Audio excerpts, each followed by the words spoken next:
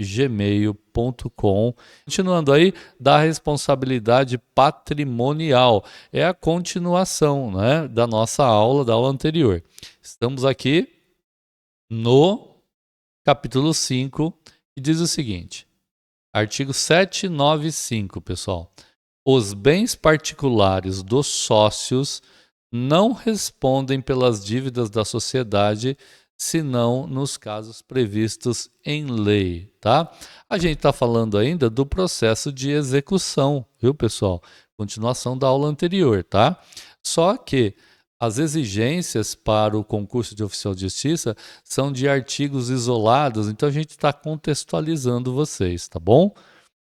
Então, os bens particulares do sócio não respondem pelas dívidas, essa é a regra geral, tá ok? Senão nos casos previstos em lei, tá? Então, a lei prevê várias situações, né, em que é o caso de responsabilizar os sócios com o seu patrimônio para poder quitar a dívida da empresa, tá? Principalmente quando houve desvio de finalidade, proveito pessoal e próprio, né, da pessoa física. E aí, nesse caso, vocês vão ver aqui no final desse artigo, a gente fala da desconsideração da personalidade jurídica, tá? Tá aqui, ó, para desconsideração, né? Ou seja, para entrar no patrimônio pessoal dos sócios ou dono, né, da empresa, é necessária a desconsideração da personalidade jurídica, principalmente por desvio de finalidade ou proveito próprio, abuso, né, patrimonial que envolva o sócio proprietário, tá certo? O artigo 134 a 137, aqui do Código PC, fala sobre a desconsideração da personalidade jurídica, tá bom? Parágrafo 1º, olha só. Sócio, réu no processo, né, que diz de execução. Quando responsável pelo pagamento da dívida da sociedade, tem o direito de exigir que primeiro sejam escutidos os bens da sociedade. Ou seja, o sócio, quando é responsável pelo pagamento da dívida, tem o direito de exigir primeiro que sejam, então, aí, executados os bens da sociedade. O que é escutido? Vem de execução, ou seja, de execução, né? Ou seja, execução é o processo, tá, pessoal, de executar bens e envolve apreensão e venda de propriedades para pagar dívidas pendentes, tá bom? Então, o parágrafo primeiro ele diz que o direito que cabe ao sócio, que é réu, que ele tem de exigir que os bens da sociedade sejam executados primeiro, antes de seus próprios bens particulares serem usados para pagar a dívida, certo? Fala também aqui, vamos aqui no parágrafo 2º, né? Aqui, ó.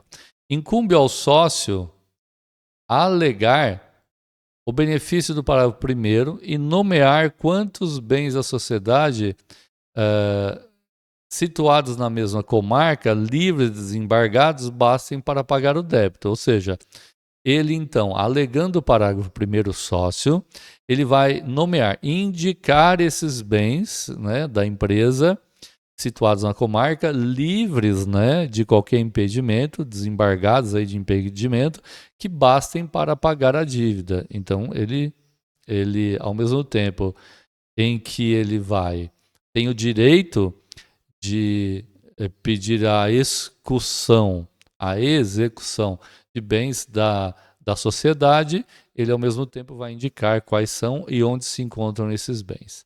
Parágrafo 3º. O sócio que pagar a dívida poderá executar a sociedade nos autos do mesmo processo. Aqui, imagina o seguinte, havendo uma obrigação do sócio a pagar a dívida e digamos que hajam mais sócios, né? Ele tem o direito de executar no mesmo processo, então, por exemplo, a pessoa A está processando esse sócio S1. Esse sócio 1 S1 paga a dívida. Esse mesmo sócio S1, utilizando o mesmo, dentro desse mesmo processo, ele pode executar a sociedade, a empresa, ok? Para tentar ressarcir dos valores que ele pagou. O parágrafo 4º é o que fala da desconsideração da personalidade jurídica, que eu mencionei para vocês, que está previsto lá no artigo 133 até o 137 aqui do CPC.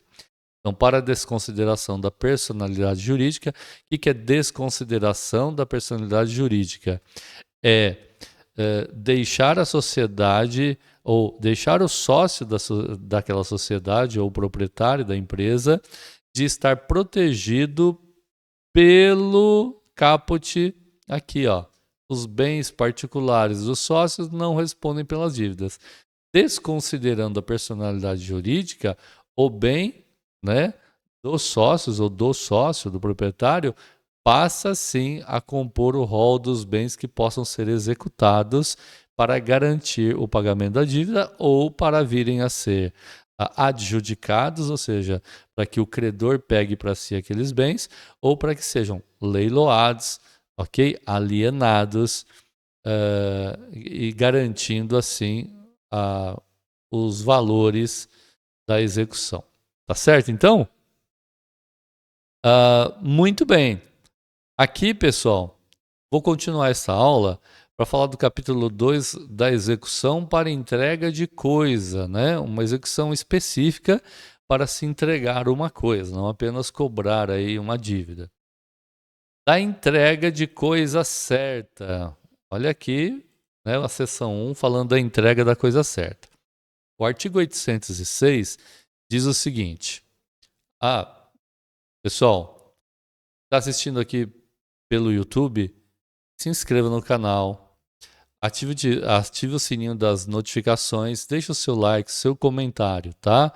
E dê uma força pra gente, porque a gente está realmente precisando, adquirindo pelo menos o PDF dessas duas matérias, Código Civil e Processual Civil, por apenas R$ 9,99.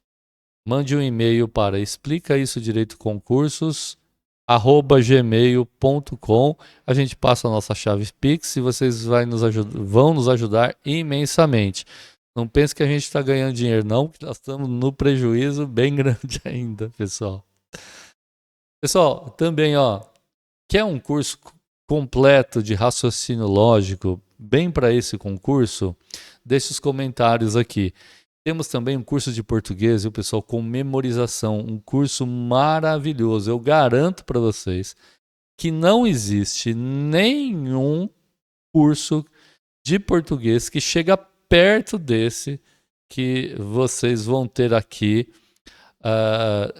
nesse mesmo canal do YouTube. Mas, veja só, a gente vai postar as aulas para vocês, começando primeiro por morfologia, não é? E depois sintaxe, tudo que vocês precisam para o concurso de oficial de justiça e qualquer outro concurso. Mas a gente vai pedir realmente que vocês adquiram o PDF desse português, porque a apostila tem 250 páginas, não dá para acompanhar o curso sem o PDF. Por quê? É um curso que envolve memorização e treinamento. Vocês vão fazer muito treinamento do que está transcrito nesses PDFs. Vocês vão ver, o curso é muito legal, pessoal, mas vocês vão realmente precisar do PDF. E aí vocês vão ter um treinamento completo em língua portuguesa. Vocês estão interessados nisso? Assim que terminar o CPC, a gente começa a postar aí esse curso de português. Mas a gente precisa da contrapartida, que é vocês adquirirem pelo menos o PDF. São 250 páginas e vai ser um valor acessível, mas que vai ajudar a pagar um pouco as nossas contas aqui, se todos vocês colaborarem. É uma parcela única de R$19,90, tá bom? E já já a gente vai começar a postar aqui as aulas de português, já intercalando, porque está terminando o nosso Código de Processo Civil, tá? Dê essa força pra gente, tá? Vocês vão ajudar imensamente a gente. Nós estamos precisando, tá? E eu tenho certeza que vocês vão adorar o curso, hein? É muito bom mesmo, tá? Vamos lá, artigo 806 da execução e entrega de coisa certa. O devedor de obrigação de entrega de coisa certa, ou seja, ele tem que entregar, por exemplo, um veículo, alguma coisa, né, que é uma obrigação dele, constante de um título executivo extrajudicial, consta de um contrato, tá, que está reconhecido firma, tudo direitinho, com testemunhas, ou até registrado em cartório, né? Então, ele tem que entregar, obrigação de entregar, por exemplo, um veículo. Ele será citado para em 15 dias promover a entrega. Ok? Muito bem. Olha o parágrafo 1º que fala, né, desse caput aqui, né? Vou colocar uma coisinha diferente aqui para facilitar, né, pessoal? Fica mais fácil aqui. Ao despachar a inicial, ou seja, tem a petição inicial, né, solicitando a execução daquele título extrajudicial. O juiz vai ver ali se estão presentes todos os requisitos para a propositura da ação e para que ela progrida. Ele vai então determinar, através de um despacho, ele vai poder fixar uma multa para atraso no cumprimento da obrigação. Ou seja, se não entregar aquele bem que está lá em contrato, o juiz pode fixar uma multa, fixando o respectivo valor sujeito à alteração caso se revele insuficiente, ou seja, parece que estabelecer a multa não foi suficiente para que a entrega da coisa certa fosse promovida pelo executado. Ou pode ser que o juiz corrija ao perceber que há uma exceção, né? Tem um valor excessivo ali, tá? Então, o juiz pode rever o seu próprio despacho. Parágrafo 2º, pessoal. Do mandado de citação, aquele mandado que cai na mão do oficial de justiça para ele cumprir aquela ordem, né? Constará ordem para a emissão na posse. O que é emissão na posse? Olha só, pessoal. Digamos que entregar seja entregar um imóvel, ok? Então, o oficial de justiça vai lá com mandado de citação, com uma ordem de emissão na posse, ou seja, que é colocar aquele patrimônio na posse do exequente, ok? Então, ele vai emitir o exequente na posse daquele imóvel, ou seja, vai lavrar um auto de emissão na posse e através desse auto, então o exequente pode adentrar o imóvel, trocar fechaduras, fazer o que for necessário para usufruir da posse daquele imóvel. Ok? Agora, se tratar de um patrimônio móvel, um veículo, um armário, sei lá, seja lá o que for, então o juiz determinará uma busca e apreensão, tá? É claro que em ambas as situações, mas principalmente na busca e apreensão, é necessário que o representante do exequente esteja presente para receber aquele bem móvel, né, que está sendo apreendido. Tá? A emissão na posse entende também que tem um representante do exequente para tomar posse, né, daquele imóvel. Veja, aqui ele estabelece emissão na posse se tratar de bem imóvel. Agora, móvel se for busca e apreensão, cujo cumprimento dará de imediato, se o executado não satisfizer a obrigação no prazo que ele foi designado, onde foi assinado. Geralmente o prazo é 15 dias, estabelecido aqui pelo CPC, tá bom? Artigo 807. Se o executado entregar a coisa, será lavrado o termo respectivo, né? Termo de entrega de bem, termo de missão na posse, termo de busca e apreensão, e considerada satisfeita a obrigação, ou seja, ele cumpriu, né?